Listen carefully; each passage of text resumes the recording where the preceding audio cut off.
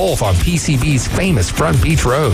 Whichever location you visit, you'll find great food, amazing specialty drinks, and the Emerald Coast best views. The football games will be on with awesome game day food and cocktail specials. And go now to barefootrestaurants.com to get a digital coupon for 15% off your entire bill.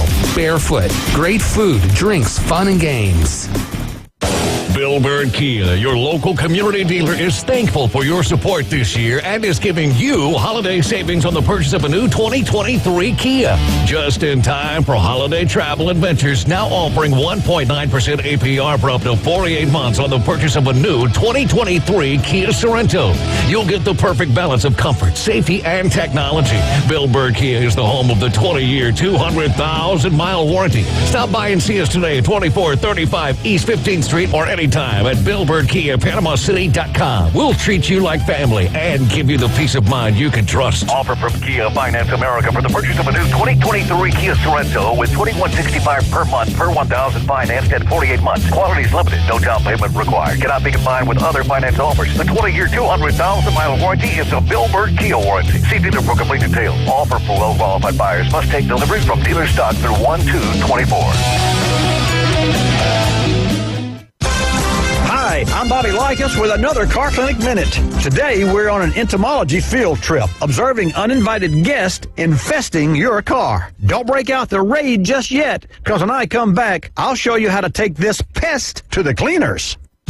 It's everywhere. Junk in the trunk, trash on the dash, and litter literally everywhere in between. Looks like you've got a bad case of clutterbug. But the prognosis is good if you analyze and immunize. Analyze. Pretend you're selling your vehicle and take everything out. Carefully evaluate what you put back in and where you put it, because even flashlights can be dangerous projectiles if stored on the dash. Then immunize. Exterminate clutterbugitis forever by sanitizing breeding grounds. That means resist leaving even one fast food bag in your car. Instead, give it a proper burial in a trash can and not on the street.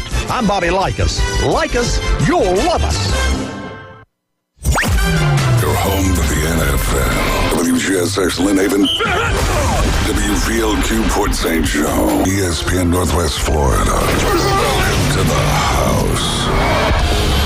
It's time for the Afternoon Underdogs. It's happening. Wow. It's on right now. Opinionated and unfiltered. The hot takes, the rants, and the sports talk you crave. Give it to me. ESPN Northwest Florida.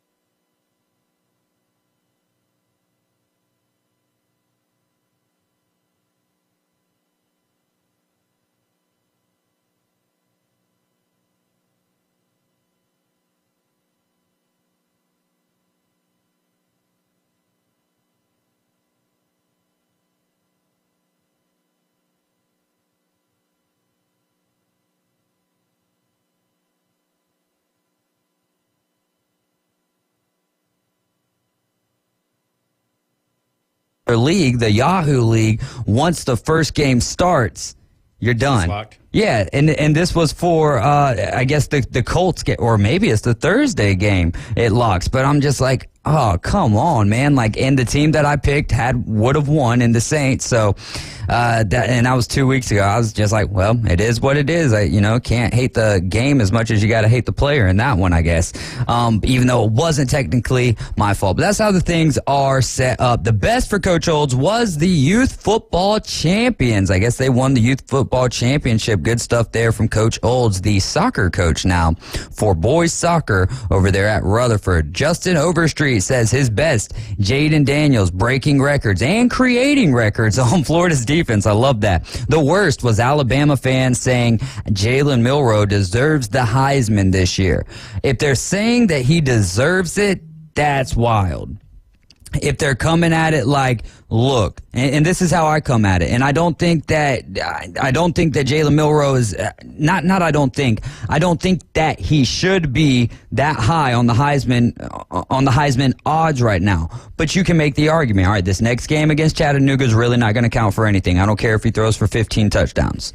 But you know what I'm saying, right? But then you got Auburn. Auburn's started to look better. That's a big-time game in the Iron Bowl. You have a couple of moments in that game. All right, now you can feasibly put yourself in the running to go to New York, because that's where it's going to end for Jalen Milroe, is going to New York. If you can get there, you won the Heisman. Not that you actually won it. That is your Heisman, right? For Jalen Milroe, if you even get to New York, no one in their right mind would have thought that heading into this season. All right, and then you get the SEC championship. If this was just regular season, he ain't got no shot. But with him having a game up against Georgia, and let's say that he goes in there and shows out and has a 5 or 6 touchdown performance, he's going to have the best Heisman moment if it's on him in that than any of the other quarterbacks. He's already tied with Michael Penix for total touchdowns at 28. Michael Penix has thrown for either one of them's got 6 interceptions, one's got 5. Now, for me, it's still Penix, it's still Nix, and there's still I can't make the argument for Jaden Daniels to be above Jalen Milroe. The stats are all there, but then there's the head-to-head. Same reason I can't make the case that Bama should jump Texas, even though, let's be honest, if we're watching both of those teams right now, put them on a field again, put them in Texas, and what do we think the result would be? But that is why we play the game. So anyways, I agree with you in that being the worst if they're saying that Jalen Milroe deserves the Heisman this year, because he does not. However, there's a path for him to get to New York, though. Oh, no, 100%. Yeah, exactly. So I just wanted to kind of clarify that a little bit, just because I've been one of those people who, and it was really just 6 touchdowns back-to-back weeks. You got 10, in 2 weeks, you've got 10 total touchdowns. That's impressive. And forget all of the Heisman stuff. I didn't think he was going to be this type of a quarterback. I didn't think he had this in him. So there is some excitement there. Bart says the best upset non-Alabama fans getting bent out of shape over the resurgence. And then he puts in parentheses, 9-1 resurgence of Bama and the 6 touchdowns. So we'll go back without the parentheses there. Upset non-Alabama fans getting bent out of shape over the resurgence of Bama and the 6 touchdowns last week by Jalen Milroe. The worst, Georgia getting disrespected and getting dropped out of number 1 rankings, which really doesn't mean anything anyway.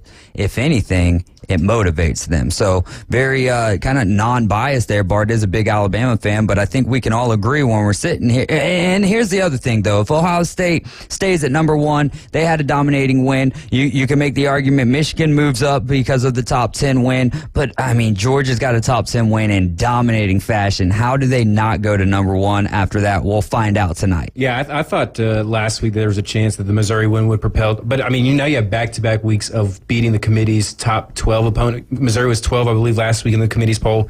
This week, Ole Miss was number 9. Georgia beat them by 30-something points. Beat Mizzou by technically 2 scores, 9 points. There's no way, in my opinion, that they don't move up this week. I could be wrong, but I would be just completely flabbergasted. And I think that it bodes better for Georgia if they don't, but it makes me scratch my head sitting there watching the committee like, what are you guys watching? Yeah. What are you what are you guys watching? Because we can't be watching the same thing here. We're talking about Michigan State for Ohio State. You know what I mean? Like, they did what they were supposed to do. Georgia went above and beyond. And I'm a guy who's like, hey, look, I agree. I'm cool with y'all putting Ohio State at number one. Like, do I agree with that? No, but it doesn't make me scratch my head. Now it would make me scratch my head. There's no doubt about that. And then also it almost benefits. It's kind of oxymoronic to some extent, because you've got Tennessee coming up, who just got throttled by Missouri. So it's like the win coming up against Georgia or against Tennessee, if y'all do go on to win, which it would be very hard to see you guys not winning. But it's like you just got done beating Missouri by 2 touchdowns, then they throttled Tennessee. So now the Tennessee game, all right, you would like to have seen Tennessee win, because that gives you 3 wins in a row that are huge. Now it's like, okay, well, whatever. Tennessee's not even a stepping stone anymore. Yeah, it's great, because coming into the season, like, this was a game that a lot of people had highlighted for Georgia in Rocky Top, possibly SEC East on the line, a lot of stuff going on now. Tennessee's already been eliminated. The SEC championship is already locked in. It's interesting to see if the atmosphere is quite the same, or if there's a bunch of Tennessee fans trying to make some money off those tickets. And because, at the end of the day, you pay a lot of money for those tickets. If you can recoup some of that in a big game like this, I don't blame them. But I hope we see a good bit of red in Knoxville this weekend. And man, how about them Dogs? Man, the Saturday was great. I loved every minute of that game. Probably preseason, the team that would have most, pointed to as a possible upset if there was going to be one. And just to see Georgia come out and dominate from the second quarter on. Ole Miss had more yards in the first quarter than they did in the next 3 combined. Yep. And what a fun game to watch for Georgia fans. Probably for nobody else, but. One more best and worst. And again, you can send your best and worst over to 850-215-6290, and we'll read them out here on the air through the duration of the show. From Larry, he says his worst, Josh Allen and the Bills. And the best was David Hayes showing up to Oakland Terrace to see the Glizzy boys in dominating fashion last night. Yeah, Coach Ryan Mulvey of Team Dynasty called a little audible on us because we were supposed to have practice tonight, but we ended up, with the weather coming in, going ahead and having one last night. So I only got to see the second game, but it was good going and seeing the guys over there at Oakland Terrace do their thing. And if you haven't seen the uniforms for the Glizzy boys, do yourself a favor, not next Monday, but the next Monday, go check them out over there at Oakland Terrace. We're going to get into our best and worst of the weekend, but first, Auburn fans, y'all got to stand up right here. So we're in a little bit of a conundrum to some extent, and I think both of these games were going to be blowouts, but I wanted to ask our listenership. You guys are deciding what we're going to play this Saturday for a 2:30 kickoff for one game or a 3 p.m. kickoff for the other. So basically, if you're an Auburn fan, do you want your game on? New Mexico State versus Auburn. The coverage for that game would start at 2 o'clock, the kick at 3 o'clock. If not, our other game we can play in that time slot is Georgia and Tennessee. So how this is going to work is you go to the ESPN Northwest Florida app, and there's a poll there. So if you haven't got the app, go to your Apple Store or go to your Google Play Store, type in 104.3 ESPN Northwest Florida, download that app, and as soon as you turn it on, up at the top of the screen, it's going to have a little question or whatnot. You click on that, answer the poll. By Thursday, we're going to close that out. Thursday at the end of the Afternoon Underdogs, and that way I can go ahead and tell Boss Man which clock it is because I've already put in the extra work and made 2 of them for it. So we're good to go, and I just want to know what you guys want to listen to this Saturday. Is it the Georgia-Tennessee game, or is it the New Mexico State-Auburn game? And then also we had the question of the week, which is something I hope that we can continue on. I was going to do a question of the day, but we didn't get that many responses, and I think it's near and dear to a lot of our hearts here. The question of the week is, which high school sport in Bay County right now is the strongest? Yesterday we had 3 votes for baseball and 1 for wrestling. You can text your answers to 850-215-6290, or you can comment on Facebook, and we will read those out. I need to get over here to our comments and see if we've got anything going on. Right State Chris says Bama has to move up, but we also don't want to hear the Bama fans whine if they don't. I'm right there with you, man. It's going to be tough. I think last year is a little bit of a learning lesson from it to some extent, right? You had the whole Ohio State Bama situation. Which one's going to get in? Ohio State with the one loss, the home blowout loss there, got in over a 2 close loss Alabama team, but then they got in and played Georgia down to the wire. So there's that, and I am totally prepared for Texas. If there's a realistic chance, as much as people don't want to see this, there's a realistic chance that the SEC gets no one in. As wild as that sounds, if FSU wins, they'll be undefeated. Washington beats Oregon, they'll be undefeated. Michigan beats Ohio State, or Ohio State beats Michigan, they'll be undefeated. And then you're sitting there, Texas wins the Big 12, then they got to be ahead of Bama. So if Bama beats Georgia, I mean, it could happen. Do I believe it'll happen? Do I think it'll happen? Not necessarily, but who knows, man? Head-to-head wins are a big deal, in my opinion. See, I think if you're a Bama fan, you're kind of rooting for Georgia to move up to number 1 this week, because the win over Tennessee probably won't trump that if the win over Ole Miss doesn't get Georgia over that hump. Because then at that point, if you're Alabama, you're 6-7 with a win over number 1 in that championship weekend, it's going to be hard for them not to put Bama in some way, shape, or form. So I think that's the way it'll kind of position itself. Bama will end up at 6 or 7, probably towards the end there. Georgia will end up at 1. And that way, if Bama does win it, they will end up jumping either Oregon or Texas. I don't see. I know I've said before I think it could happen, but I just don't see them getting left out if they're 12-1 with a win over Georgia. That was previously number 1 before that. It would be hard to leave them out, but who knows? Who knows what in the world's going to happen?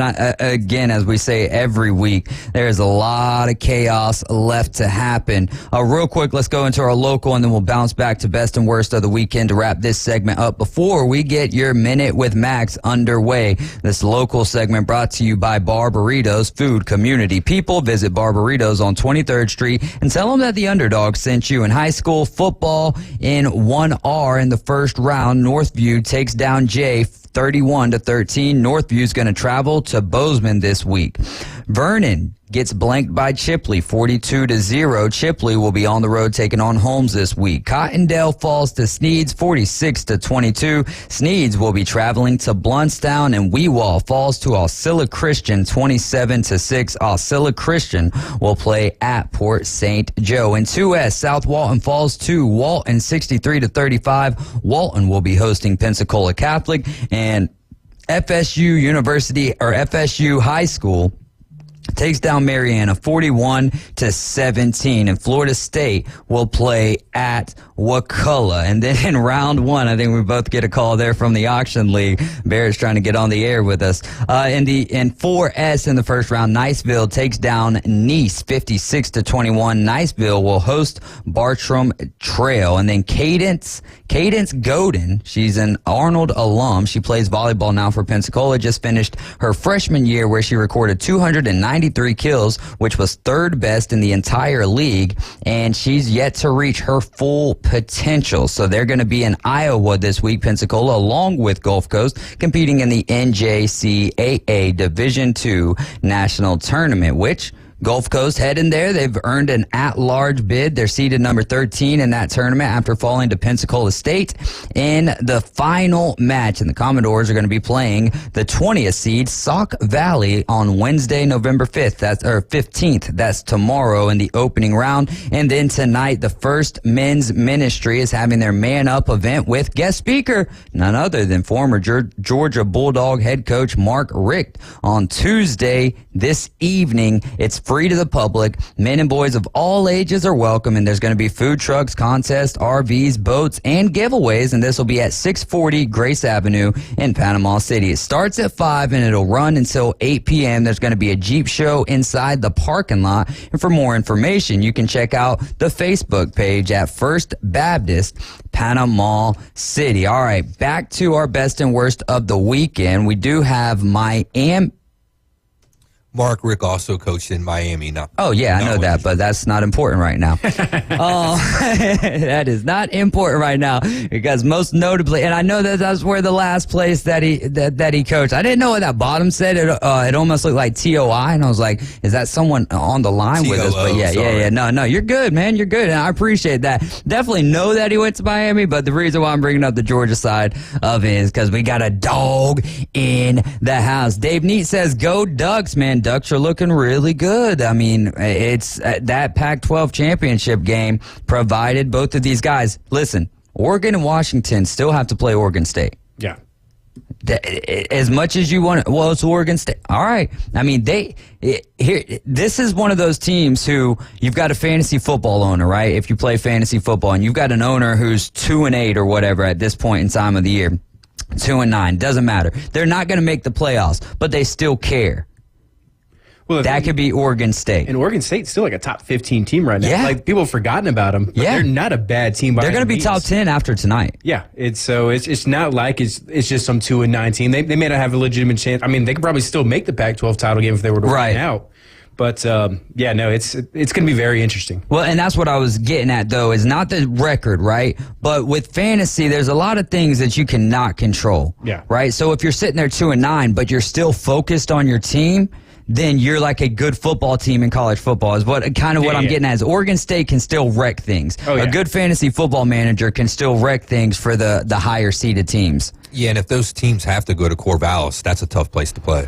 I believe, I'm pretty sure Washington, that's in Oregon State. And then I'm not sure about the Oregon State game, where exactly that is. But that'll be interesting. We're going to focus on Washington and Oregon State this week, and then we'll get over there to Oregon and Oregon State next week. So there's still some ground to cover for Washington and Oregon. It's not a cakewalk to the end of the season for them. But don't forget about that question of the week. Which high school sport in Bay County is the strongest in your opinion right now? We've got 3 votes for baseball and 1 vote for wrestling. All right, we don't have Max yet, so what we're going to do is we're going to go ahead and take a break, and we're going to get back into our best and worst of the weekend. Give us a text to 850-215-6290. We'll be right back.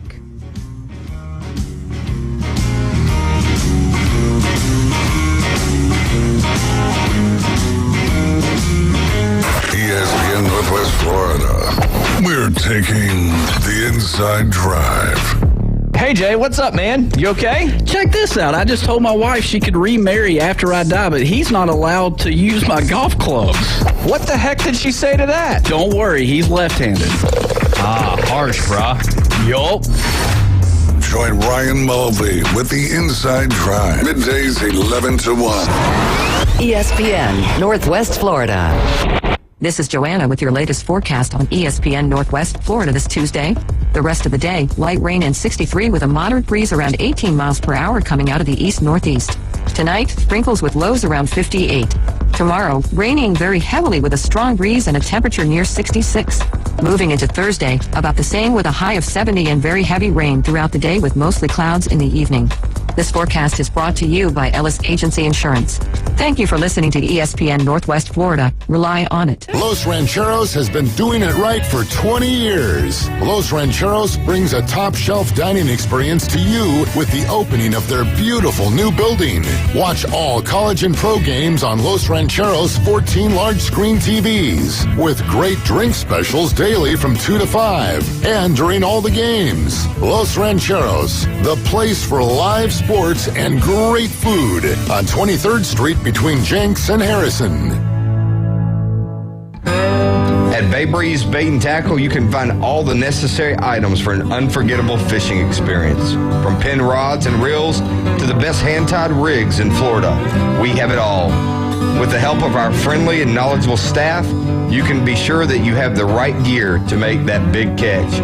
Come experience a great local bait and tackle shop located directly off 98 on the west end of Panama City Beach, located just 5 miles west of Pier Park. You're riding shotgun with the Afternoon Underdogs. We're going to need some gas money. The Afternoon Underdogs. Fill her up, please. At 104.3 ESPN Northwest Florida. Can't you see?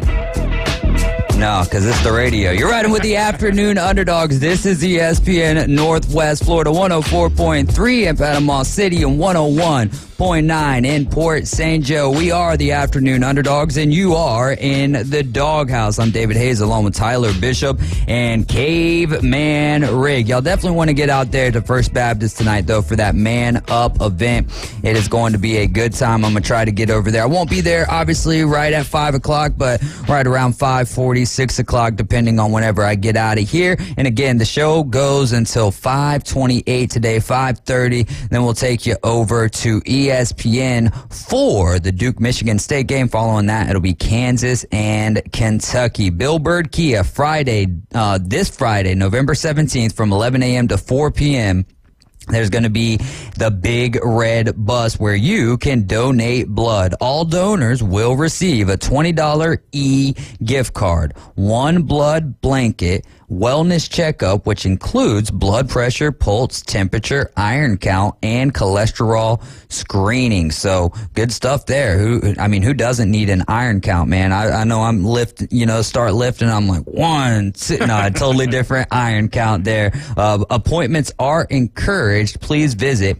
oneblood.org/donate now and use the sponsor code 59915. If you need me to text that to you or anything, just ask questions. Send a text to 850-215-6290. And that Oregon State game is at Oregon, according to Dave Neat. And I trust him on that, being that he is a big-time Oregon fan. All right, our best and worst of the weekend while we're waiting on Mr. Max Delyden for your minute with Max. UCF demolishing Oklahoma State is my first one. That's great to see. It was totally unexpected. I had Oklahoma State in a lot of different areas. Let me just say that. It was like, how you have those ones that's just like, all right, I don't even got to think about this. Like, yeah, UCF pushed Oklahoma to the brink, all that good stuff. But Oklahoma State's playing different football than the team that we saw for the first couple of weeks. So my first one, UCF demolishing Oklahoma State. Number two, I'm not going to go into too much depth on this, but Jalen Milroe absolutely has to be with 3 passing touchdowns, 3 rushing touchdowns.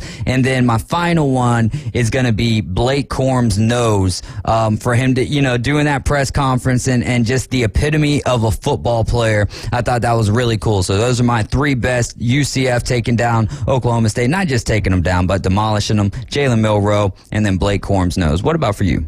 Man, it's got to be, obviously what my Dogs did to Ole Miss this weekend, but the biggest thing was Brock Bowers coming back, man. The way he looked, guy looked like he hadn't missed a beat. I was glad. I did say that was my bold prediction last Tuesday, was Brock Bowers would play in that game. I'm glad I didn't make me look like an idiot, caught a touchdown late in the game.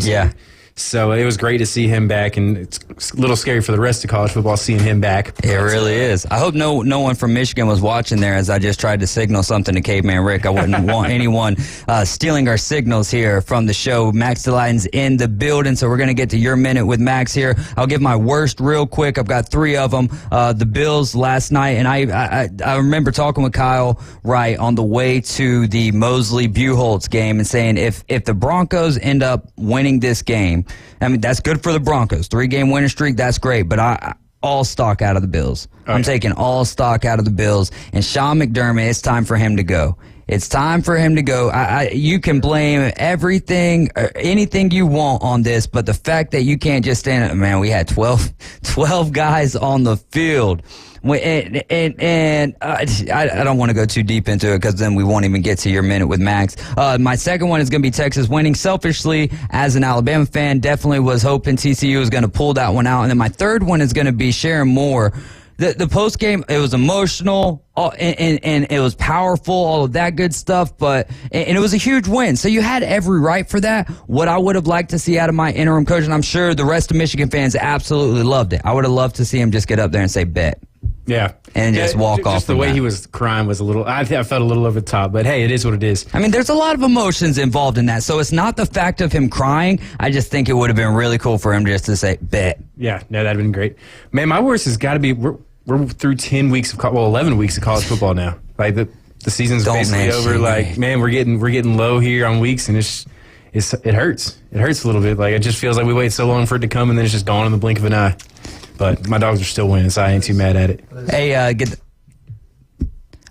We got our lad in the building with Allegiant Lending. Lad McConkey here. Lad McConkey. I love it. But Max in the building with us. You got a best and worst? I do. Best, Georgia Bulldogs. What they did to the number 9 team in the country. Yeah. Yes, sir. The evil empire is back. Anyone who discounted Georgia, yeah, it's a new shape now. Yeah, that is a buzzsaw I don't want to catch. You know, I'm coming in a little hot today, so I'm going to come in with the hot take. Worst of the week, FSU, man. FSU looked terrible. They've looked terrible for weeks now, and someone needs to say it. I mean, they haven't covered at all. Good teams win, great teams cover. And they almost lost to that kid at Miami who, you know, he put his heart and soul on the line, but he's not good. Emory Williams, I believe his name was. Exactly. Yeah, he's out of Milton. Was like completing 33% of his passes. He's like 6 for 21. So you don't take any stock in the fact that it was a rivalry game like that? No. Okay. Miami's terrible. They just lost 20-6 to NC State. Back-to-back weeks, I think they only scored 6 points. Yeah. But wasn't Tyler Van Dyke at the helm then? Yeah. And we saw Tyler Van Dyke at the end. The chosen kid who was never. I mean, oh my gosh, dude. I will eat crow if FSU wins a playoff game, but they do not look good at all. And I think a lot of fans are kind of coming to that reality because Pitt, they didn't look good, and now this. So, I mean, I'm just going to call a spade a spade.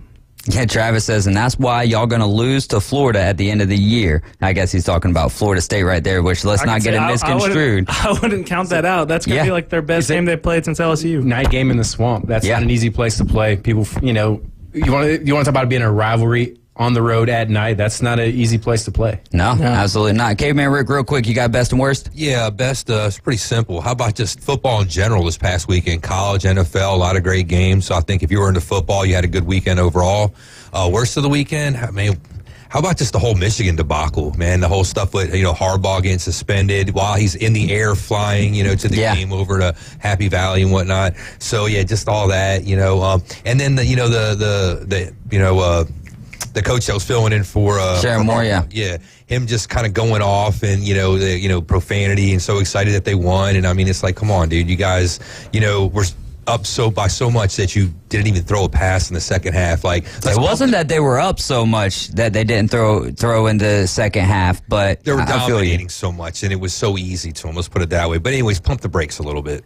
Yeah, I mean, I had the same one, and it's not necessarily that. I just would have liked to see him reiterate what all the players were posting on Twitter with just one single word in bet. But this is your Minute with Max. Max, tell them a little bit about what it is that you do and how they can reach you if they so need your services. Thank you, Dave. Yeah, I do home financing and condos, investment properties over at Allegiant Lending Firm, 850-565-1160. Happy to help you with any of your financing needs. All right, we're going to, Coach Olds, when is that blood donation? That is this Friday, Coach, from 11 a.m. to 4 p.m. It's going to be at Bill Bird Kia from 11 a.m. to 4 p.m. Friday, November 17th. And Professor Plum, real quick here with the best of the week. The Vikings winning 2 in a row. That is good stuff. Last night, though, Max, we had the Rookies of the Year in Major League Baseball. Gunnar Henderson, Corbin Carroll getting it done. Unanimous. Unanimous for Corbin, right? Or was it for Gunnar as well? Oh, wow. Yeah. Very impressive. So that just kind of goes to show you just how far superior they were than the other rookies this year. And we've got a little rookie duo to watch in the NBA tonight as well. But the managers are going to be announced tonight. Who wins it and who do you got winning it tonight? In the AL, it's pretty easily Brandon Hyde for me, for what he did with that team. Such a young roster. Didn't really have an ace and made the most out of what he had, which is where I'm going with the NL too. I've got to go with Counsell over Schumacher. I think, one, it's awesome that he joined the Cubs, but what he did with the Brewers the past decade can't be denounced. They're notoriously in that list of what you and I probably put as like the poorly ran organizations. Like, they don't pay players. They never really make the right moves and never have a good lineup. And he kept playing the division with them and making the playoffs. So got to give credit where credit's due to him. Yes, sir. All right, so looking forward to that. That announcement might happen just as soon as we start the second hour. Ohtani, though, there's been links to just about every single team out there. He wants to play on a contender. Is there anything that you're hearing that leads you to believe that you maybe have whittled it down to a couple of places? I know that they've made connection with the Braves, and who knows? I mean, possibility for the contender spot. I just can't see the Braves paying a player like Ohtani that much money. Right, and it doesn't fit their model with what they've been doing and extending all those young guys. But they do need a left fielder, so just I don't think AA is going to put that money in. He knows what he's doing. They don't really need to make that splash. Agree. I think they should just focus on adding one more arm. Yeah. Their lineup is good as is. Yeah.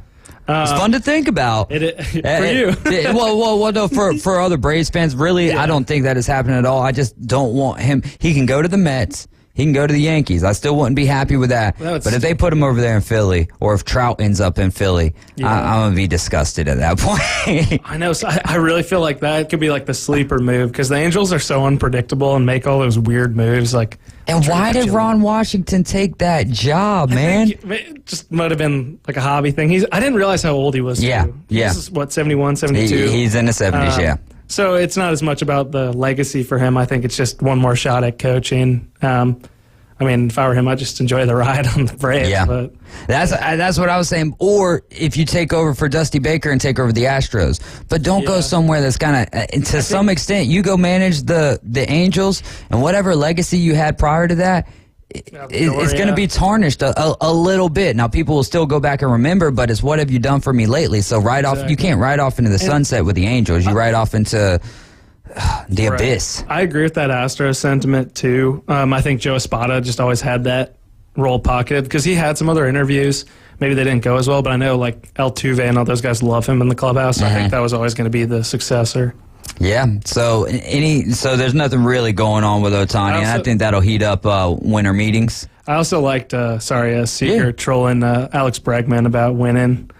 He said, no matter where you look, no matter where you are, we're going to be there. And he said that at the end. I mean, but he's not necessarily. No, he's not wrong. He's not wrong. So no, I wasn't aware that he had said that. I just really wanted to. I just wanted to see Ron Washington go to somewhere that could be a contender. Yeah, and the Angels start there. Yeah, exactly. So him and Eric Young over there. All right, one more baseball thing, then I want to move on to that big game in the NBA this evening. Caveman Rick says to ask Max, what do you think about Rhys Hoskins getting taken off of first base in favor of Bryce Harper? Man, that's tough because I really like Rhys Hoskins. I think it kind of makes sense for what the Phillies are trying to do. I'm a little surprised they're not keeping Nola from what it sounds like, but I think someone's going to overpay him, so I don't think they're going to miss out too much. I like Bryce Harper at first base. He did a great job in my opinion. I was pretty impressed by him. The thing that surprised me more was that they might want to move on from Castellanos. I felt like he was like a perfect fit for you guys. Over in right field. He's just like fits the Phillies like competitiveness, fiery, just chippy guy.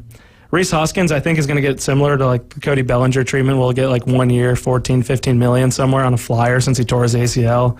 And I don't know if the Phillies want to risk that necessarily as much as they would rather just pump into more starting pitching probably. Gotcha. But I get it. It stinks though because I know like Phillies fans really like Rhys Hoskins. I think for the most part, and he's a gamer. I would love for the Cubs to do the same thing they did with Bellinger. There's definitely a good market for Rhys Hoskins though, a 30 bomb guy who gets on base, hits nukes, and he walks. So it's perfect. Wemby versus Chet Holmgren tonight. Victor Wembanyama versus Chet Holmgren tonight. Go ahead. Before that, I think it kills me, but I think Ohtani right now. Still, I know it's odds-on favorite Dodgers. It just makes so much sense because he's already there.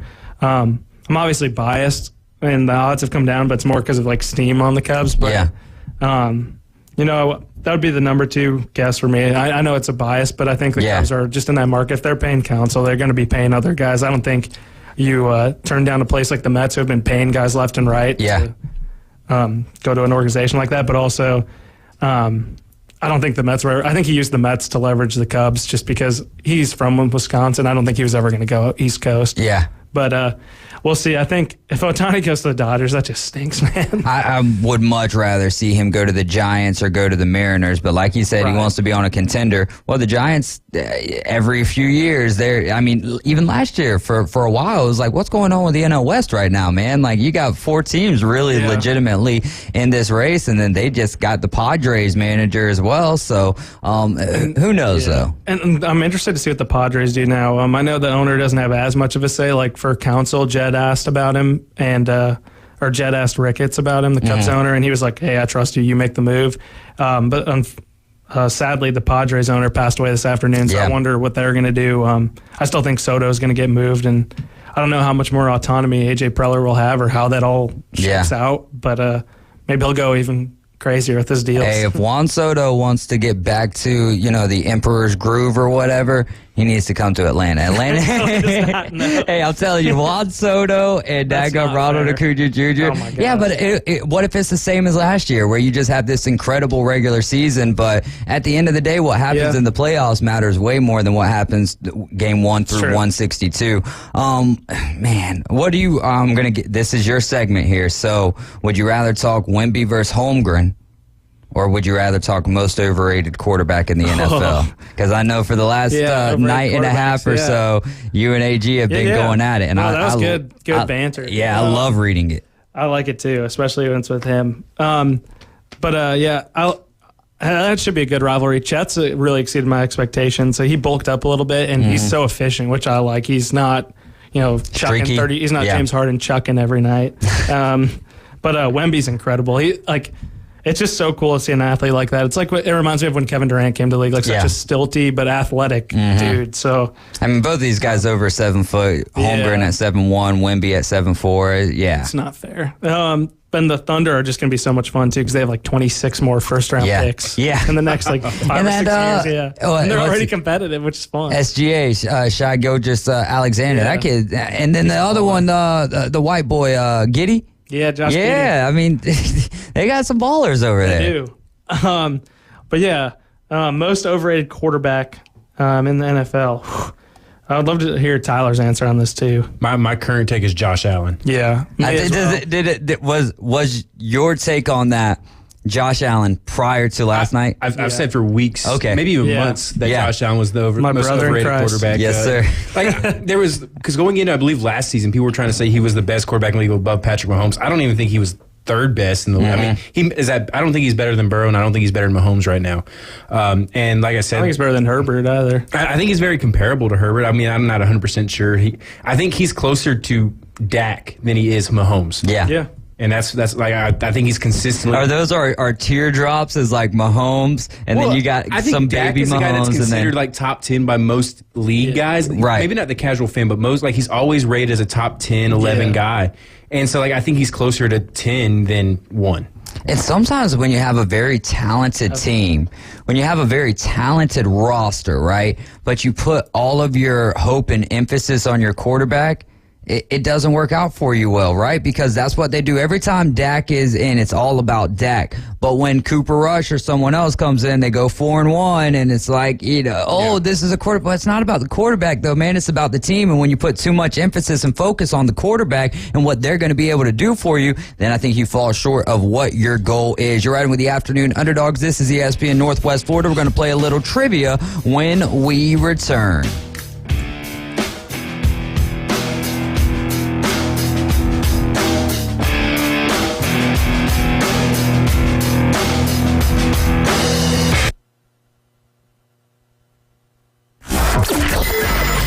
Start your morning with sports updates, interviews, reactions, lively discussions, insights, and expert analysis. I think in our lifetime, we will never see another undefeated team. Join Evan, Canty, and Michelle weekday mornings from 5 to 7. It will never happen again. On the Sports Talk Monster. If anyone deserves the benefit of the doubt for one last chance, it's Bill Belichick. ESPN Northwest Florida. This is Joanna with your latest forecast on ESPN Northwest Florida this Tuesday. The rest of the day, light rain and 63 with a moderate breeze around 18 miles per hour coming out of the east-northeast. Tonight, sprinkles with lows around 58. Tomorrow, raining very heavily with a strong breeze and a temperature near 66. Moving into Thursday, about the same with a high of 70 and very heavy rain throughout the day with mostly clouds in the evening. This forecast is brought to you by Ellis Agency Insurance.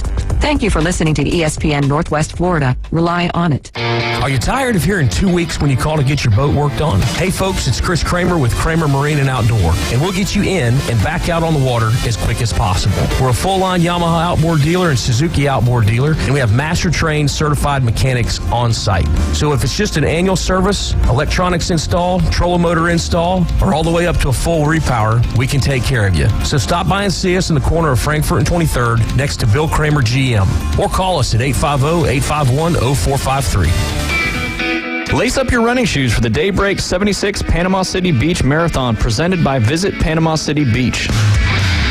Set for Saturday, December 2nd, this Boston qualifier includes a marathon, half marathon, 5K, and a kids fun run. The race begins and ends in Pier Park with an after party at Margaritaville. Register for the Daybreak 76 Panama City Beach Marathon today at pcbmarathon.com before the event sells out, and use code ESPNRUN to receive 10% off. We are live and local. From Camp Helen State Park to the historic Martin Theater. It's definitely time to let our hair down and have some fun. It's the Afternoon Underdogs. 104.3 ESPN Northwest Florida. Hopefully there's no lightning out there, but if there is, we're gonna ride it. You're riding with the Afternoon Underdogs. This is ESPN Northwest Florida. I'm David Hayes along with Tyler Bishop, Max Delyden, and Caveman Rick. We are the Afternoon Underdogs, and you are in the doghouse. Our trivia question for Traffic Jammin' Trivia.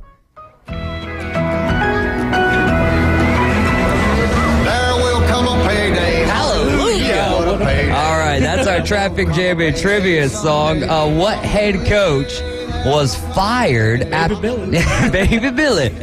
What head coach was fired after leading his team to a 14-2 record, which was good for best in the NFL in 2006? What head coach was fired after leading his team to a 14-2 record, which was good for best in the NFL back in 2006? If we have time after we make our picks here, I do want to ask you guys who should be more upset with their defense, Caleb Williams or Jaden Daniels. But we're going to go ahead and make our picks, as Dave Neat has given a hint away on Facebook, and he is correct with his answer. But if you guys want to call in, 850-215-6290, we'll win you $25 to not the, but that boot store and a 12-pack of Buffalo Rock. We've got the payday right here for you. Number 11, Louisville, this is subject to be changing tonight, as Louisville will probably enter back into the top 10, or into the top 10. Louisville is on the road at Miami. Miami, as of yesterday, was a 1-point dog, total sitting at 47.5. They'll kick this one off at 11 a.m.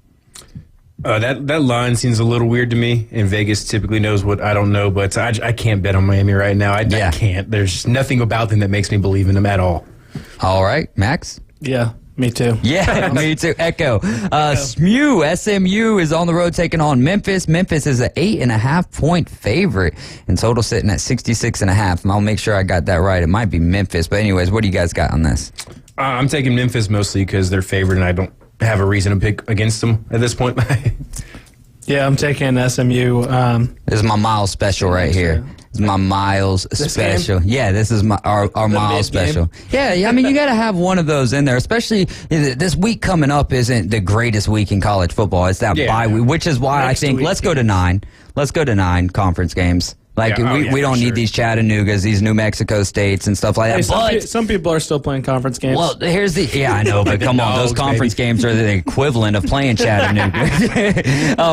But the other thing before we get over to John and play a little trivia is that the trickle-down effect is still needed, though. To keep football in a good spot, some of these schools need these $1 million, $1.5 million, $2 million paydays, especially when they come away with wins. But, John, we're going to play... The SEC wants to tell themselves. Yeah, there we go. John, how you doing today? Hey, how you doing? I'm doing phenomenal, man. What head coach was fired after he led his team to a 14-2 record, which was the best in the NFL in 2006? I believe it's Marty Schottenheimer. You are correct, sir. According to the San Diego Union Tribune, citing unnamed sources, they reported that Schottenheimer was fired after trying to interview his brother, Kurt, for the team's vacant defensive coordinator position. Spanos and Smith didn't approve of the move, but Schottenheimer reportedly insisted that he had the right to hire his own staff. Then the newspaper reported that tension had been building between Schottenheimer and the Chargers front office after he allowed several of his coaches to interview elsewhere. The front office did not approve of Schottenheimer's decision, and he was canned after that. So you did get it correct, and you just won $25 to not the, but that boot store and a 12-pack of Buffalo Rock. John, who is your college football team? UCF Knights. Oh, how did you feel about that huge win over the Cowboys? It was about time. It's been pretty awful the last few years. Yeah. Who's your favorite tight end on the team? You know what? I don't even know who's playing for them hardly anymore. My kids all went to school down there, so we started following them a little bit back when they were fun to watch. Yeah, no, absolutely. Well, keep your eye on them, and keep your eye on. It's a little different for them now. You know, they moved up to the Big 12. Keep your eye on number 13, Randy Pittman. He graduated from Mosley, and he plays tight end. He's not the starter over there yet, but he's just a true freshman. So thanks so much for the call, John. Do me a favor, hang on the line, and Caveman Rick's going to grab some info from you. All right? Thank you, sir. Yes, sir. Thank you for listening and participating. As we move back to our college football picks here, number 18, Utah, at number 21, Arizona. Arizona's a 1.5-point favorite, total sitting at 44.5. Take off. These are two programs heading two completely different directions right at this point of the season. Arizona at home, they're playing some great ball. Utah lost another one. I'm going to take Arizona at the house. Ooh. Me too. Arizona's gritty. Yeah, they're going to hit the gritty on them as well. You don't do the gritty, you hit the gritty. UCLA at USC. This is in the Coliseum. USC's a 6.5-point favorite, total sitting at 65.5. I bet that over all day probably, but this is probably going to be just a classic USC game. It's going to be 42-38, and I think they end up coming out. And then there's rumors swirling of Chip Kelly not having a secure future out there. That'd be a UCLA cover, right? 42-38. Oh yeah, they may cover. I'm just saying I think UCLA. He's talking about the total. The over-under. I thought we were picking spreads. We're not even picking. Have you been using the spreads all year? Yeah, dude. I've been wondering why you do that, because it says down here, as college football spreads over 18 points, we will use the spread. I'm like, sometimes dude, I'm that's like, not a cover. And the thing is, Max, is like, you probably would have been picking totally different had you read the instructions. Yeah, just void my picks at this point. I've been going spreads all year. Oh my goodness. Those are just their guidelines. Why does Dave not put a half point so it's one way or the other? Yeah, because I'm a big hook guy. It's your show, man. But there's also this has been here for every single one since week 1, right? Football season. All right, moving on to the SEC here. Georgia at there, so you can go back and check and see like which ones. Oh man, I'm picking with a spread here or whatever. All right, number 2 Georgia at number 13 Tennessee, which obviously Tennessee is going to be unranked by the time tonight, or by the time the CFP rankings drop tonight. Tennessee a 10-point dog, total sitting at 59.5. I'm not even going to say the spreads anymore, so Max doesn't get confused. Well, I'd like to pick Memphis, not SMU, now that I get 8.5. I'm just going to keep the spreads, whatever. Dogs win and cover. Dogs win and cover. Now he's bringing in. Obviously, both, since I circled Georgia thinking the spread. All right, number 24, North Carolina on the road taking on Clemson by their stock. Clemson, 6.5-point favorite, total sitting at 58.5. Max, let's start with you. I'll take North Carolina, and I hope Tyler from Spartanburg keeps being right about Dabo. I got to take Clemson at the house. North Carolina just doesn't really impress me, and Drake May honestly has never been super impressive to me as well. I'm interested to see how his NFL career goes because I just haven't been a believer this whole time. Who said, was it Bill Simmons who tweeted the other day that Drake May is his clear-cut number 1 pick now? Yeah, there's a lot of guys. I'm not convinced that this class is going to be as generational as people, like between, I don't think Williams is We've said this 3 years in a row now. Oh, next year's class, man. Next year's class. I think you're going to see so much bust from this year. Yeah. Williams, in my opinion, is more Kyler Murray than Patrick Mahomes. Drake May, I'm not sold on. Bo Nix is going to be New Day Tannehill, in my opinion. I just don't think there's going to be a guy like that's my current comp for him. I mean, I'm not a professional scout by any means, but I'm just not sold on anybody in this class.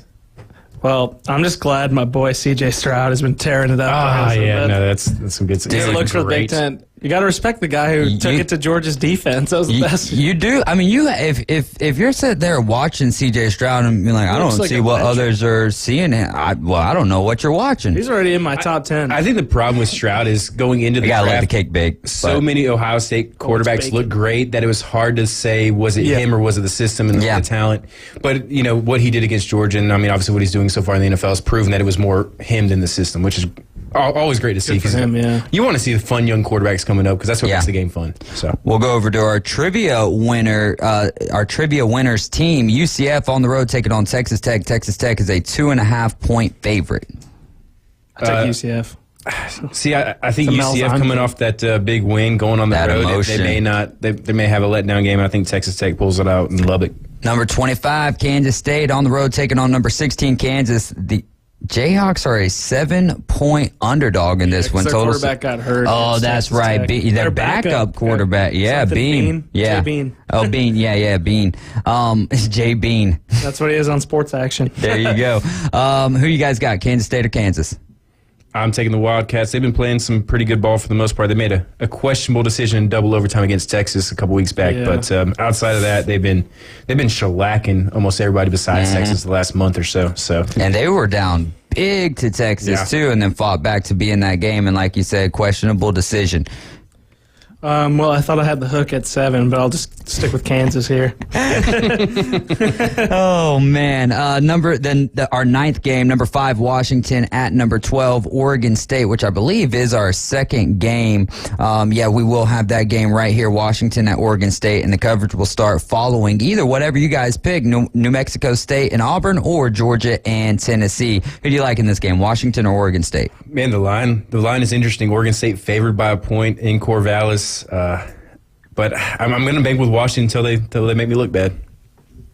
Got to back my Hoosiers. Come on. Hey, Michael Penix, man. Oh, Indiana West out there. Not only having a great season, but people bring up, Jaden Daniels and all of his statistics and stuff. But if you go to his big games, the games where you got to have the big performances, they're somewhat lackluster compared to his other games, whereas you look at Penix, and every time he's in a big game, he's playing big as well. And that's no shade to Jaden Daniels. Hey, the kid is good. The kid is good, but he's another guy that almost like Bryce Young in the NFL. Like, I don't know if you got the stature, the body to do it in the NFL. Right, and he's always been injured too, but I'm happy for him. He might be a first-round pick now. There's a lot of people have him on 3rd on their QB big board. So. Make that money, baby. Nebraska at Wisconsin. Luke Fickell's been a little fickle this year with his Badgers. Yeah, you do, but also it's year 1. Give him a little time. This is Rule versus Fickell, the two biggest coaching hires in the Big Ten. Did you guys watch Always Sunny in Philadelphia? Yeah. Have you seen most of the show? The attorney they always argue with, that's what Luke Fickell looks like. It's just like him. I know. Who do you like in this game, Nebraska, Wisconsin? We'll start with you, Max. Wisconsin in the cover, baby. All right. I got Wisconsin too, being at the house nighttime game in Camp Randall is going to be a good one. Just make sure you pick it with the spread. All right, let's rapid fire these NFL picks here. Bengals at the Ravens, Thursday Night Football. Bengals defense a little beat up. I'm taking the Ravens. Taking the Ravens as well. Chargers at the Packers. All of these games on ESPN Northwest Florida. Chargers at the Pack. I'm going to take the Chargers on the road. Yeah, me too. Packers can give Jordan Love a max extension for all I care. Jets at the Bills. 3:25 here on ESPN Northwest Florida. I feel like the Bills have to win this one or McDermott gets fired. So they maybe, and you always see kind of that bounce back after the coordinator gets fired. Yeah. So they may have that. Yeah, that's what I'm Joe thinking. Brady. Yeah. Yeah. Also, it's funny that they fired their offensive coordinator, but McDermott had 86 fireable offenses yesterday. Yeah. He doesn't get any of that. The blitz on 3rd down, come on. Someone's got to be a scapegoat. Like we thought at Texas A&M, Bobby Petrino was hired to be the scapegoat, and it could be totally opposite. Texas A&M might not even be searching for no one, and it's just at the end of the season, Bobby Petrino's our head coach. Vikings at the Broncos. Who do you guys like there for Sunday Night Football? Please flex this. 2 hot teams. Come on. You're right. You're fired. I mean, you're not you're fired. I meant to say you're correct about that, but still come on, man. Dude, what did we have last week? Jets and Raiders. Yeah, come on. That's you're right. Upgrade. Vikings is Broncos is an upgrade. I mean, the Broncos have forced 20 turnovers the last 2 weeks. If they can keep doing that, they're going to win a lot of games. So I'm taking the Broncos. It's Daubers, though, baby. I'm rooting for the Vikings. It's kind of fun to root for them. That's a fun squad, and Dobbs is awesome, man. Yeah, he is, for sure. And then finally, Monday Night Football. This is a great one. Eagles at the Chiefs. Well, this is gonna be a tough one. It's gonna be a great game. I'm hoping it's a great game, not kind of one of those that we build up to be great and it ends up being awful. But Chiefs at Arrowhead at night. It's gonna be a tough place to play. Give me the Chiefs. Yeah, this might be a foreshadowing of the Super Bowl. Yeah. I'm gonna go replay of the Super Bowl. Yeah. I'm gonna go with the Chiefs, but I wouldn't be mad to see the Eagles win it by any means. It's so tough at night at Arrowhead. It's such a toss-up game. It's not going to be a super shock either way unless one team just completely dominates. I think it's going to be a pretty... Yeah, two fun offenses and two elite defenses. So. Yeah. It's going to be a good one. All of those NFL games will be right here on ESPN Northwest Florida. That's going to do it for Max. One more time, tell them who you are and who you're with. Yeah. Allegiant Lending Firm, 850-565-1160 for all your home financing needs. Thank you, David. Justin Herbert is an elite quarterback. There you go. Thank you, lad. You're riding with the Afternoon Underdogs. This is ESPN Northwest Florida. Hour number 2 is coming up next, and it's going to be a short one.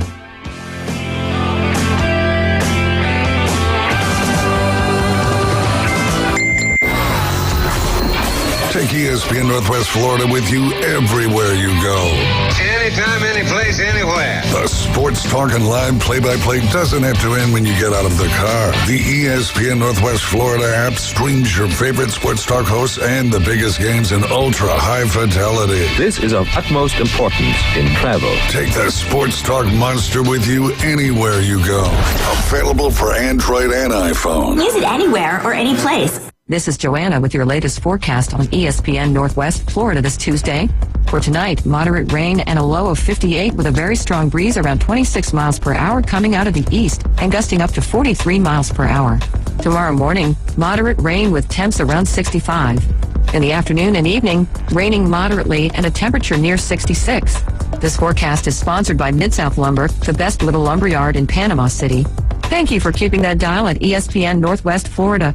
Rely on it. During uncertain times, Gold and Silver Bullion have consistently maintained the financial stability we need. For over 50 years, Coin and Bullion Reserves has served Northwest Florida as your regional choice to protect your future with the peace of mind that hard assets such as Gold and Silver Bullion provide. The fluctuations of the stock market and concern over inflation often lead investors towards safe haven assets like precious metals. If you're concerned about the future of the economy, Coin and Bullion Reserves is here to provide you with the security you need. Come and speak with one of our numismatists so we can help you protect your future. The official radio station of Auburn University football. WGSX Lynn Haven, WVLQ Port St. Joe. ESPN Northwest Florida.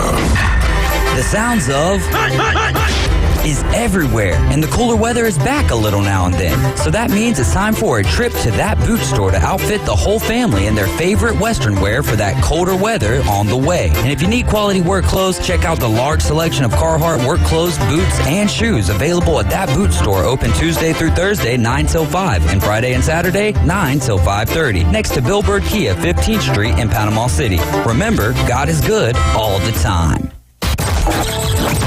He likes to idle his Kia while eating almonds and listening to Lincoln Park in the Walgreens parking lot. White people love trail mix. David Hayes is part of the Afternoon Underdogs. Oh, they love it. Love it. Eat it every day.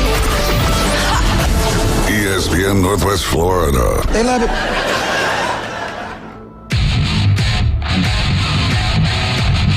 Hour number 2 of the Afternoon Underdogs. You are in the doghouse listening to ESPN Northwest Florida 104.3 here in Panama City, 101.9 in Port St. Joe. I'm David Hayes along with Tyler Bishop and Caveman Rick. We are the Afternoon Underdogs. Go see the Big Red Bus and donate some blood this Friday from 11 a.m. to 4 p.m. over there at Bill Bird Kia. All donors will receive a $20 gift card, 1 blood blanket, and a wellness checkup, which includes blood pressure, pulse temperature, iron count, and cholesterol screening.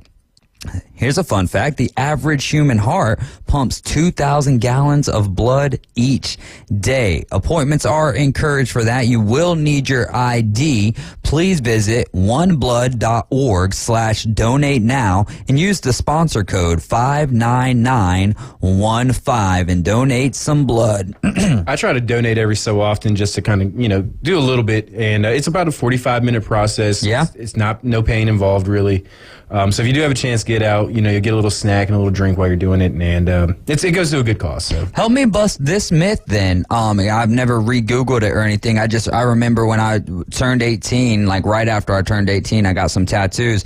Can you donate blood if you have tattoos? Yeah, I believe there's a whole questionnaire, like if you've got a tattoo in the last like 6 months or 8 months. Gotcha. Like there's certain things that can disqualify you if you've been out of the country for too long, too recently.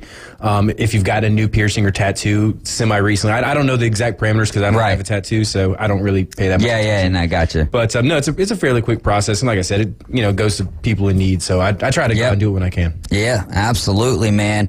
Also, don't forget about the poll on the ESPN app for what we're going to play. Is it going to be New Mexico State and Auburn, or is it going to be Georgia and Tennessee? Just go to the ESPN Northwest Florida app, and you can check the poll out there. And here's the deal. If we don't get any votes, it's New Mexico State and Auburn. We're an affiliate of Auburn, whereas we just got the Westwood One coverage for Georgia and Tennessee there. So it's really up to the listeners here. But if we get no votes, it's going to be New Mexico State and Auburn. Outside of that, if we start getting some votes, then whichever one is highest will win. And then the question of the week is, which high school sport in Bay County is the strongest? We've got 3 votes for baseball and 1 for wrestling. Tonight, right after the Afternoon Underdogs, which we're going to dip out here in about 24 minutes, and we're going to get you to the coverage for Duke and Michigan State. Following that will be Kansas and Kentucky.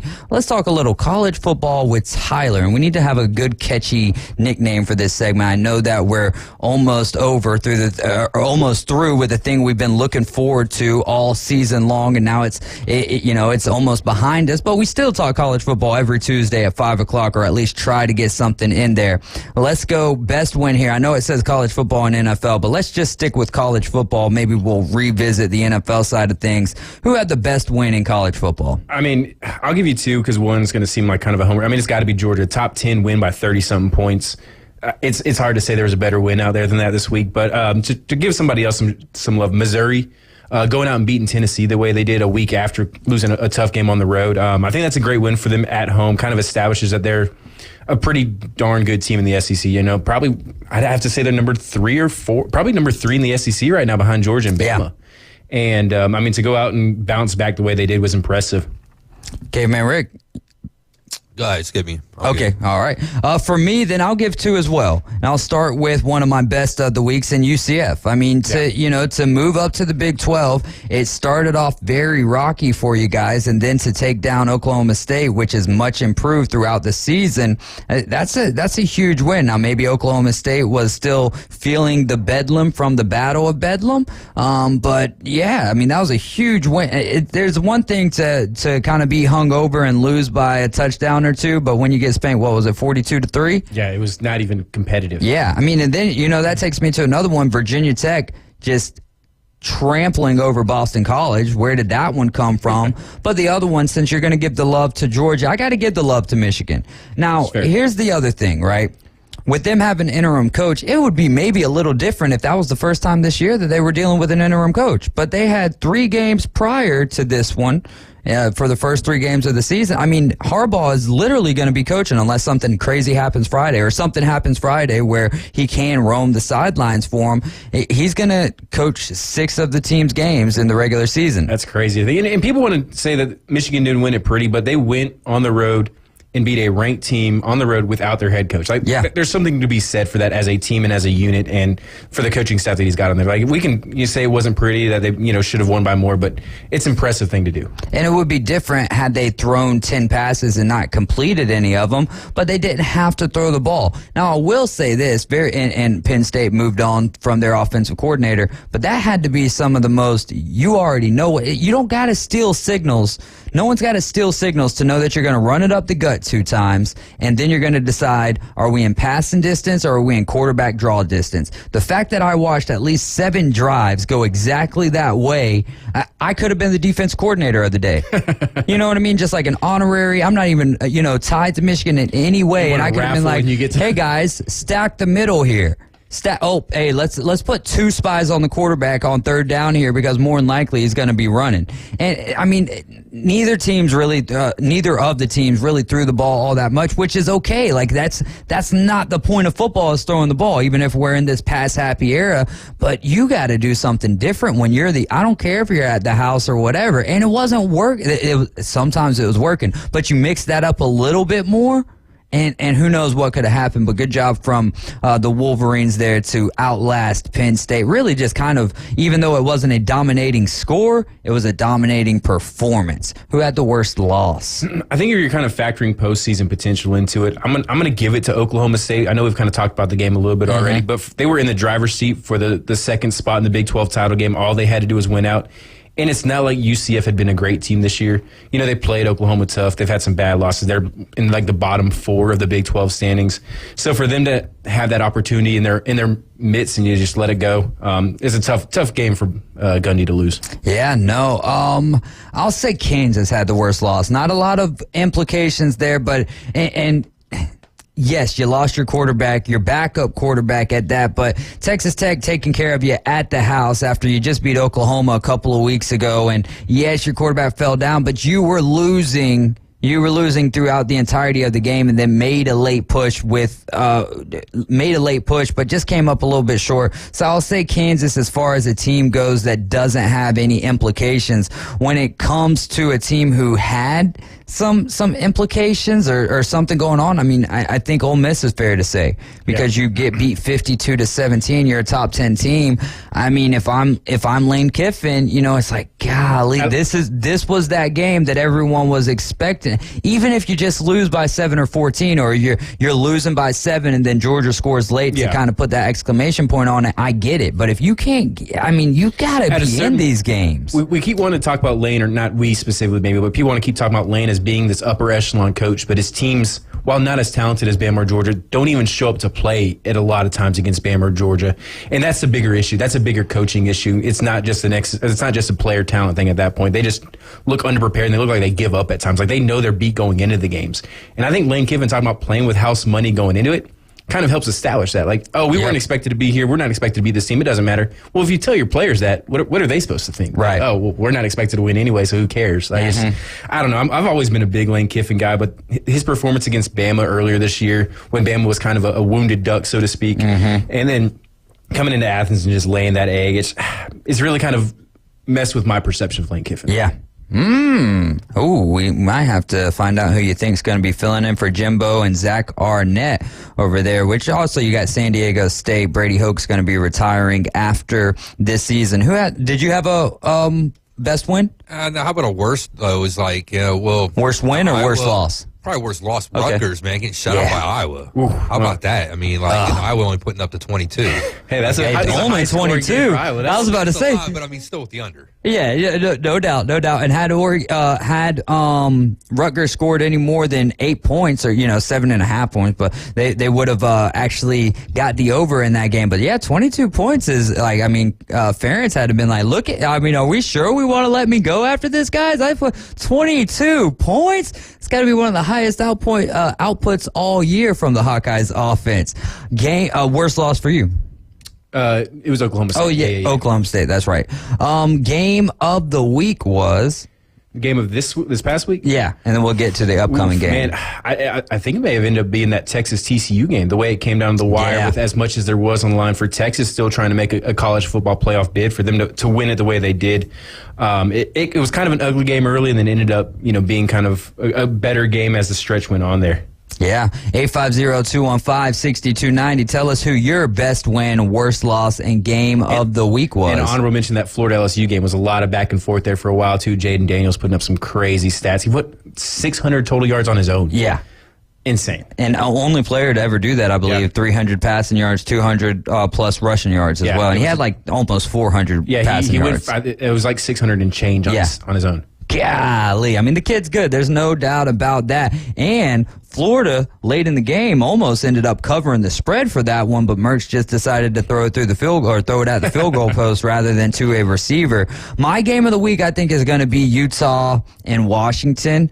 there was a lot of back and forth there, and who knows if after I don't even know if you call that a fumble, even though that's how it's statistically positioned. But for a guy to just sit there, and how often do we see that? Obviously, Deshaun Jackson was notable for it in the NFL, but dude, it's purple. Like, don't drop the ball until you're in the purple. In fact, if I'm a coach, I'll start telling my players, celebrate with the ball. Do something with the ball. To the ref. Yeah. Hand the ball to the ref. Hand the ball to the ref because, I mean, he was like 2 yards short. And then one of my buddies. It wasn't even close. It was not even close. And one of my buddies was like, do you think he did that, intentionally for the spread? I'm like, dude, look at his face afterwards. No. He didn't do that. Defensive guys on don't purpose. get enough chances to score to intentionally mess up like that. Like, no, there's no way in heck that guy was giving that chance up. So even though it wasn't, they didn't end up losing that game, because then we'd be talking about that's the worst loss. And I think it did affect the spread, though, because, that helped Utah out there a little bit, because that would have been another 7 points to add to the docket. We're going to ride over to the phone line. We've got Travis on the line. We'll talk with him real quick before we get to our upcoming game of the week. What's going on, Travis? Hey, so I know I called at 11, and I think I said this, but I want to reiterate it. Can we give a little love to Graham Mertz and the way that nobody thought he was going to be anything, even Florida? Yeah, we've already given him that little bit of love, though, and that time has kind of passed. Like, I'm not going to go all season and just be like, oh, Graham Mertz, though, for them 5-5 Gators. I mean, don't get me wrong, he's been impressive, and I'll let Tyler take over. I was going to say I was one that mocked Graham Mertz as being the Florida quarterback, and I talked about it a good bit, I think, leading up to the Jacksonville game, that I was impressed at how he was not only the liability. He wasn't a liability for Florida, but he's been a strength for that Florida offense at times. And you could argue they've got better quarterback play this year than they did from Anthony Richardson last year. I would agree. And I don't know if that's coaching or if that's Graham Mertz's development on his own, but it's impressive to see, or if he just needed to change the scenery. Yeah. But the way he's played this year, I mean, it's commendable for sure. Well, the way I see it, I thought at the beginning of the year he was going to be a crappy part of a good offense. And it's been the opposite. It turns out he's a great part of a bad offense. I mean, and I'm not even going to call him bad. I mean, Trey Wilson's great. Yeah. ETN's great. Boardingham has showed some glimpses. The offense is actually not the problem, and I joke around saying that I thought he was going to be the good of the bad and ended up, or bad of the good and ended up good of the bad. Yeah. I think the next time that we'll be really talking about Graham Mertz is whenever y'all have that date there in Gainesville taking on Florida State, because we'll talk a little bit more about that. Who do you guys have this week? We have Missouri at Missouri. Okay, Yeah, so there. So I guess we'll talk a little bit about how you guys will be taking a loss this week. Yeah, man. I know it's been a tough season for you, Travis. Who is your outside of Florida and Missouri? Who's a game that's coming up on the docket that you're like, man, I really want to try to get my eyes on this game? What's the upcoming game of the week that does not involve Florida? This week, honestly, I don't typically look at who's playing until Saturday. So, but if it comes down to it, whenever I'm not watching Florida, I'm usually watching Georgia hoping they lose, or watching Bama hoping they win now because I want them to beat Georgia. And you're almost like the living cliche of hope in one hand and something else in the other. That's 20 straight. That's 27 straight hopes in a row. Just hasn't gone his way. I feel for the guy. I've been let down a lot. Yeah, man. But in more ways than one, too, because you're getting let down with the hope in Georgia losing, and then also the hope in Florida winning has been, not necessarily terrible this year. But I know that you guys had a little bit more expectations than what you've seen. But there's also been games where it's like, oh, we don't have a shot in this game, and then you guys come out on top. And I still think for that Florida game, or that Florida LSU game, for you guys to be in it like that, that's impressive. And it does come down to exactly who you wanted to talk about with Graham Mertz. And I was just talking to my brother-in-law because I'm making plans just in case I win those tickets on Thursday. Mm-hmm. But he's my second if my wife can't get off. And I was just talking to him. He's a Florida State fan. Actually, everybody that I would be taking is a Florida State fan. But that's tough. Yeah. So, but I told I told him, I think we win. I do. You've thought that like how many times this year? 9, 10? Well, that's the thing, and that's what I was going for. I said maybe I should dial that down some, because before the LSU game, I was like, oh, we're going to get splattered. We suck. They're really good. We're really bad. And we started competing, and like I got my hopes up, and that's when we started losing. Yeah. So well, maybe I should. I used to take when I was obviously young, but all the way up, I would say maybe a little late for fans as well. I would say until I was like 21, 22, I used to take losses like hard and sometimes personal and stuff. And I've just kind of realized they don't give me no championship ring when they win. They don't give me nothing when I got to buy it if I want it anyways. And I know that we all think like this, but I know the reality is that watching your team win a couple titles makes taking losses a little easier. Yeah, it does. It does help with that. That is very true. But also, I love, and I'm cool with all the superstitions and all that stuff, but it really has zero outcome on the game. But if we think of it like that, then it kind of takes all of the shininess off of it. Well, see, I don't take losses very hard. I mean, I do get aggravated. Get used to them. But thanks, man. I'm just messing with you, Travis. I love you, buddy. I can tell completely. No, that you were saying you don't take losses too bad, too hard. Yeah, I don't take them too hard, but I do get aggravated. But the reason why I want them to win, like really bad, is because I've got people on my cell phone that I will call after the game and make them eat so much crow they get sick of it. You go. And then Monday morning, I get the Coach James Hale show where people call in and talk bad about Florida, and then I got the 11 o'clock show, and then I got this one. So, I mean, I've got like 4 chances to just rub everything in, and you don't get many chances to actually do the rubbing in. Hey, but Travis, man, thanks so much for the call. We are going to let you go. But I do think that it's fair that all 3 shows, I think that all 3 shows, when Florida is doing what they're supposed to be doing and winning games, I think that all 3 shows are pretty fair towards them. Unless it's 8 o'clock on the dot. 8 o'clock on the dot, you're not going to get the same fairness, but from 7 to 8 o'clock, and then from 8:15 to 9 o'clock, Coach Hale keeps it as fair as he can. Oh, yeah, no. I just like to brag about it to everyone. There's a lot of Georgia fans. There's a lot of Florida State fans. There's a lot of Bama fans, and I like to be the winners. There you go, man. There you go. Strive for greatness. Hey, Travis, thanks so much for the call, and we'll talk to you later. Thank you. Yes, sir. Got 8 minutes left here. Chef Ross says, what up, Chef Ross? And then Nick says, I feel like Penn State and Ole Miss are the same team. So I like this because they're obviously Penn State does have a good offense, but they're not as offensively explosive maybe as well. That would be a great bowl game, Penn State and Ole Miss. I could see if you think they're the similar quality of teams. Yeah. But, I mean, Ole Miss's defense is garbage, and I'm not convinced Penn State's offense is very good. So I think Penn State's defense versus Ole Miss's offense would be great to watch, and then the other side of the ball would be comical to watch because I think both are not great. But, I guess when they're not playing top-tier defenses, Penn State's at the beginning of that's why I was so kind of incredulous. Was it one of those that they just weren't playing anybody with a good enough defense to challenge them? That's what I'm saying, yeah. But I know that'd be a great bowl game. We saw Kentucky, Penn State a few years back, and Kentucky beat them in the Fiesta Bowl, I want to say it was. So James Franklin, he gets a lot of hype, but he just hasn't won a ton as a head coach. Yeah. And it's just kind of a certain point, when does he have to prove it? Yeah. And he really hasn't. Because his proving grounds was basically done at Vanderbilt for him to get that job at Penn State. And I'm all for guys getting long leashes to be able to, instead of 1 year, you got 2 years.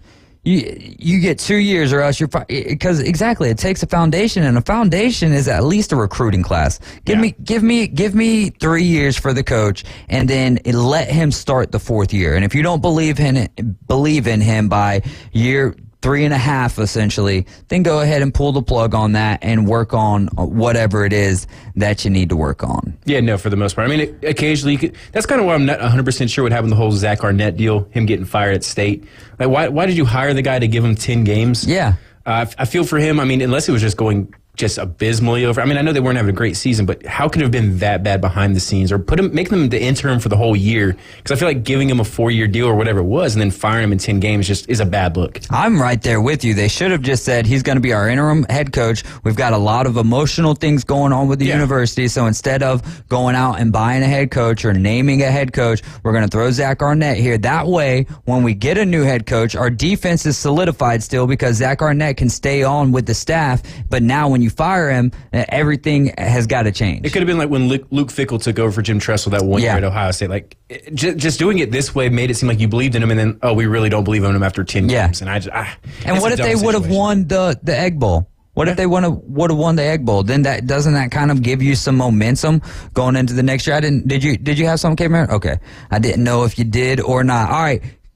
Top 4 for this evening. We're about 5 minutes away from the end of the show and about 37 minutes away from the rankings dropping. This is the weird night where they do the rankings in between the two basketball games. So the rankings are like 7. Hey, so I might actually get to watch them this night. I think I said it last week, but I firmly believe it this week. I think Georgia jumps Ohio State, and I think Washington jumps Florida State this week. So I think it'll be Georgia, Ohio State, Michigan, UW, Florida State as your top 5, and then Oregon's probably still your first team out. Do you think they flip Texas and Bama? No. All right, so I'm right there with you then. If they didn't flip it after LSU, I don't think the Kentucky win changes that at that point. Right, I'm right there with you. Firmly believe Alabama's a top 3 team though. Yeah, top 2 team probably.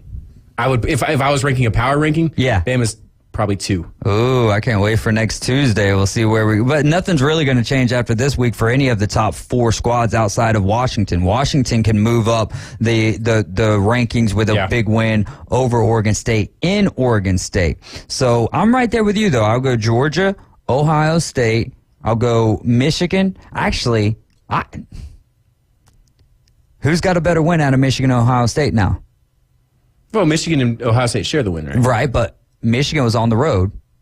Ohio State was at the house. Yeah, I mean, so if we're just going off of numbers, I don't think that they'll move them because you can't really drop them from 1 to 3 for no reason, you know. But so I'll go Georgia, Ohio State, Michigan. Then I'm right there with you in Washington just for the sake. I'm not doing it because Florida State played tight with Miami. No, that's not my reasoning. My reasoning is because Washington had the win against Utah, so those numerical figures. And I'm not even saying I think Florida State or Washington is a better team than Florida State. I just think they'll look at the resume at this point. I think Washington's got more better wins than what Florida State has to offer. Yeah. And I think that's why they end up moving. And you still got a lot of stuff to go. Chef Ross says, Ohio State has the Notre Dame game still. And that one's kind of, that's fair. It's but a good second win. It's a good second win, but it kind of Ohio State over Michigan. It kind of goes back to Florida State, though. You got the LSU win. That's your best win of the year is the LSU win, right? Yep. 3 losses. Yeah. Your second best are Clemson and Notre Dame. Like, how many losses does Notre Dame have at this point? Probably 3, if I was guessing. Right. So with that being said, that Notre Dame win has kind of lost some of its luster, which is the opposite. Like, had Missouri just barely beat Tennessee, then this other Tennessee game for Georgia, it still doesn't have the same style points along with it, but because Missouri waxed Tennessee, now that Missouri win even looks a little bit more impressive. And I think Georgia's going to manhandle Tennessee again this week. And I love it because I do love, as fair and biased as I try to be, I love watching Tennessee lose. I love watching Tennessee lose probably more than anybody, especially for last year. Like, I get it, rushing the field and all of that good stuff, but you want to throw them field goal posts down in the river, you can go live in a van down there as well, buddy.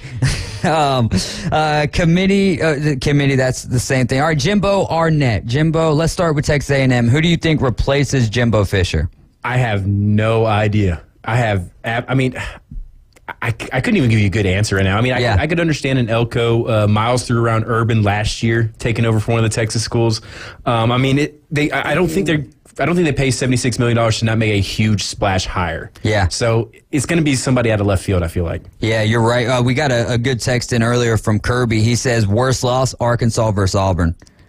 Yeah, that was tough. Man, so the week prior, and we've got to get out of here, and we've got some college basketball coming up. Coach James Hale's show is going to be live from 7 a.m. to 9 a.m. Then you got the Inside Drive with Ryan Mulvey and Jay Henley from 11 a.m. to 1 p.m., and then we'll be back tomorrow at 4. But Kirby, with Arkansas versus Auburn, I mean, the week prior, Arkansas in overtime takes down Florida, and then they're at the house taking on Auburn, and it's like, okay, at least let's let this be a game. And I think since Auburn has went to that one quarterback situation, it has been great for them. It's been good for them. All right, we are out. Y'all get down to First Baptist. Check out that Man Up event. Just remember, Jesus loves you, and so do I, and I'll see you guys tomorrow. Thanks for riding with the Afternoon Underdogs.